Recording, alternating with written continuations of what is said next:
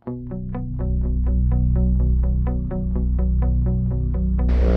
naman mawala sa akin yung magtulong na ganyan, konting bagay lang yan.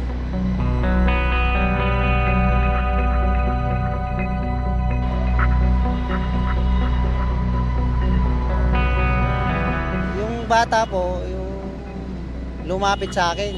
Kinalabit ako nung dalawa yung bata. Sabi sa akin, sir, pahingin naman ng pagkain. Sa ko, alas 3:30 na, mula umaga di pa kayo kumakain, di pa raw eh. Naawa ko sa maliit na bata, para latang-lata, nangihina. Pagtingin ko sa pitakang, may 30 pesos ako. Yung, sabi ko sa kanila, o dito ka lang kayo, dalawa, baka masagasaan kayo. Tapos tumawid ako, bumili akong pagkain. Yung pagbalik ko, pinakain ko yung bata. Pinaumagaan, pinatawag ako na admin. Eh, akala ko noon, bakit ako pinatawag? Akala ko may kaso na ako kasi wala akong kalam-alam. Pagdating ko ron, may tinanong ako isang empleyado. So, sir, tulungan nyo naman ako. Anong kaso ko? Sabi sa akin, panindigan mo na yan. Nandiyan na yan eh. Di, nanahimik na lang ako. Nakaupo. May lumapit sa akin. Yung mga tagal-tagal na yata. Lumapit sa akin isang babae.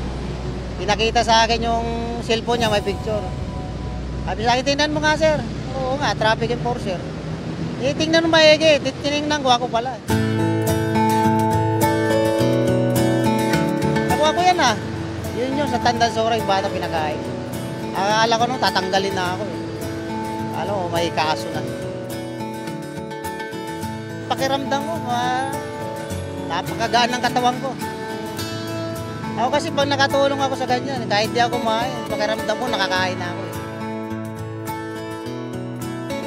Papasalamat din ba kung marami kaming ganyan? Kahit konting bagay lang, tulungan na lang natin. Kahit walang kapalit, bahala na yung taas sa kanila. Ako si Rinaldo Romano, Pilipino ako.